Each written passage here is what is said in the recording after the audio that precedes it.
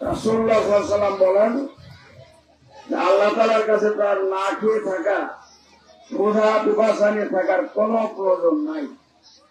আপনি মিথ্যা কথা ছাড়তে পারবেন না, ইসলাম বিরোধী কাজ ছাড়তে পারবেন না। আপনি রোজা করে রোজা থেকে আপনি জান্নাতে যেতে চাইবেন, জাহান্নামের আগুন থেকে মুক্তি পেতে চাইবেন, আপনার গুনাহ মাফের জন্য চাইবেন, এটা স্ববিরোধী কাজ হবে। গুনাহ না করার সিদ্ধান্ত আপনি রোজা মাসে নিতে পারেন, তাহলে রোজার মাসে শুধু পূর্বের গুনাহগুলোই মাফ হবে না।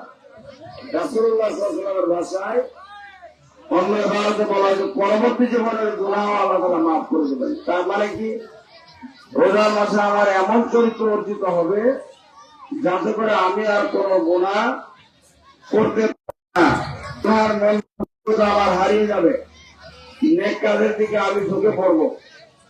এই জন্য রোজার যে তাকওয়া, তাকওয়ার অর্থ কি? তাকওয়ার অর্থ হলো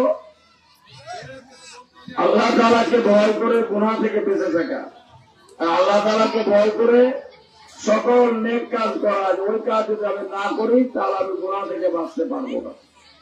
এই জন্য উলামায়ে কেরাম বলেছেন তাকওয়ার ব্যাখ্যা, ইনসারুল আওয়ামির ওয়া ইজতিনাবুল জাওয়াজির, সকল গর্হিত কাজ থেকে বেঁচে থাকা আর ভালো কাজগুলো অনুসরণ করা, মেনে চলা। এটা